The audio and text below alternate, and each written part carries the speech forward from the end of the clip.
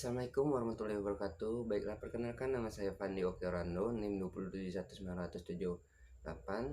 Di sini saya akan membuat video mengajar tentang alat indera pada manusia.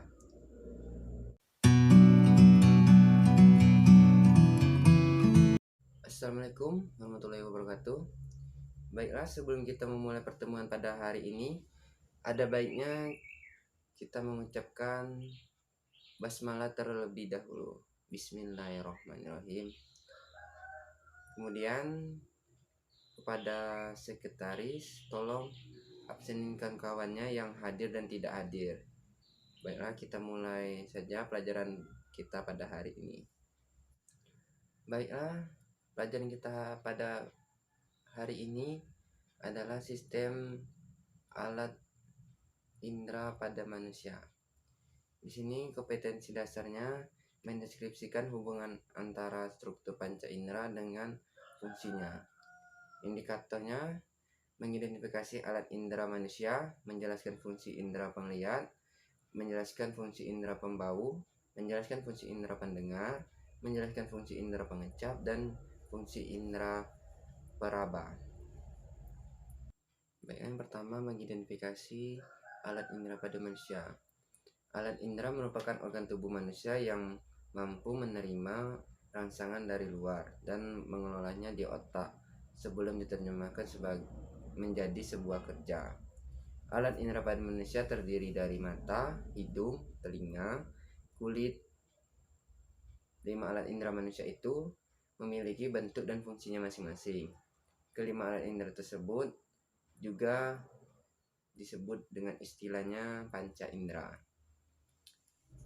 Berikut adalah penjelasan masing-masing bagian alat indera pada manusia. Yang pertama, pada bola mata.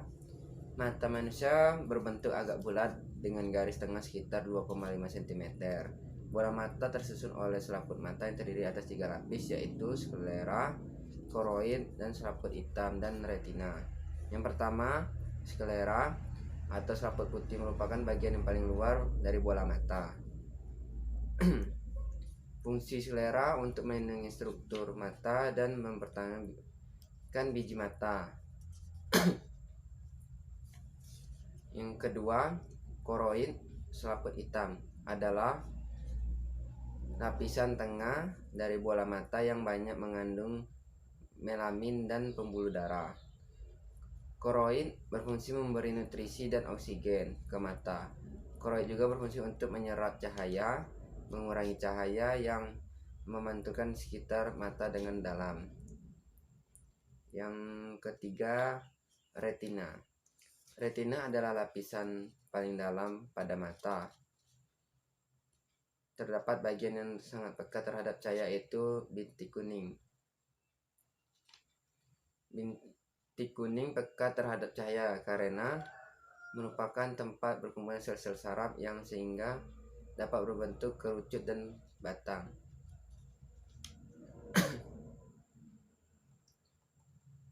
Baiklah, yang kedua adalah hidung. Hidung adalah zat indera pada manusia yang berfungsi sebagai indera pencium atau pembau. Bagian hidung berperan penting dalam sistem pernapasan manusia karena berhubungan langsung dengan saluran pernapasan manusia, yaitu tenggorokan.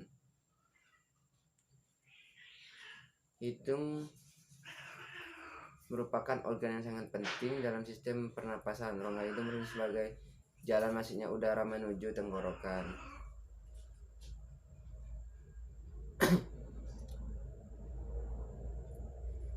Rongga hidung juga berperan dalam menjaga kelembapan suhu tekanan udara. Di dalam rongga hidung terdapat selaput lendir dan bulu hidung. Daerah yang sensitif terhadap bau terletak pada bagian atap rongga hidung. Lubang hidung kiri dan kanan dipisah oleh sekat yang namanya sektum hidung. Sektum adalah pemisah hidung. Ini dilapisi oleh lendir yang berfungsi untuk mengatur suhu dan kelembapan rongga di dalamnya. Kita juga dilarang untuk mencabut bulu hidung karena dapat menyebabkan luka dan infeksi pada rongga hidung. Infeksi tersebut dapat berkembang menjadi bisul yang menyakitkan. Ketika kita sedang bersin, maka secara refleks mata kita akan tertutup.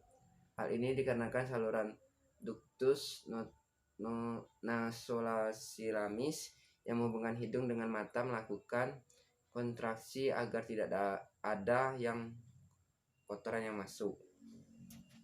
Baiklah, yang ketiga, telinga. Telinga adalah alat indera yang peka terhadap masing-masing berupa gelombang suara. Telinga manusia akan mampu mendengar suara dengan frekuensi antara 20 sampai 20.000 Hz atau frekuensi audiosonik.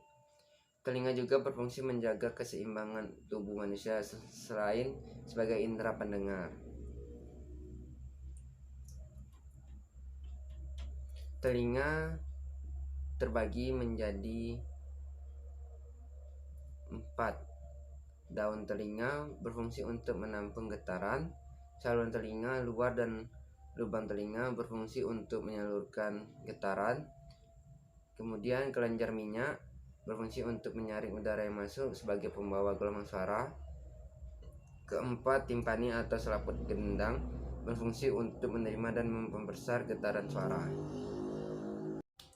Baiklah, yang keempat, lidah. Lidah merupakan alat indera pada manusia yang berfungsi untuk mengecap rasa. Lidah adalah alat indera yang peka terhadap rangsangan berupa zat kimia larutan. Reseptor pada lidah berupa kuncup pengecap papila. Kuncup pengecap merupakan kumpulan ujung-ujung saraf yang terdapat bintil-bintil lidah.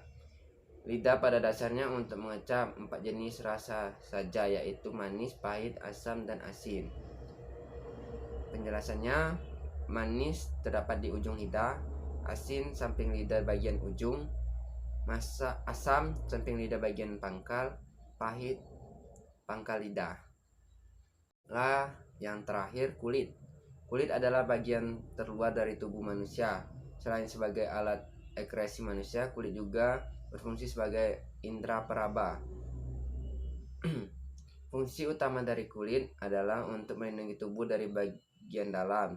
Kulit menjadi pelindung tubuh dan zat kimia patogen, sinar ultraviolet, dan juga gangguan fisik. Kulit juga memiliki estetika tinggi dalam kehidupan manusia karena dapat mempengaruhi penampilan dan kepercayaan diri seseorang.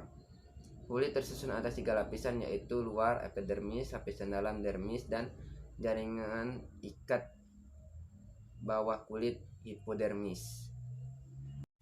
Baiklah, hanya itu yang dapat saya sampaikan materi pelajaran pada kita hari ini.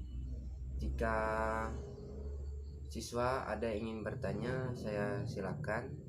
Saya beri waktu 1 menit untuk bertanya yang pada ingin bertanya.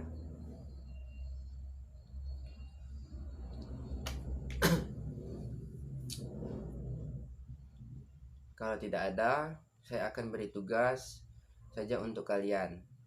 Tugasnya, kalian buat kelompok, yaitu 5 kelompok. Kalian bikin gambar alat indera pada manusia serta penjelasannya, kemudian dikumpulkan di pertemuan berikutnya. Baiklah, hanya itu saja yang dapat saya jelaskan, dan kita akhiri pelajaran kita pada hari ini dengan ucapkan alhamdulillahirabbil alamin. On a tree. I'm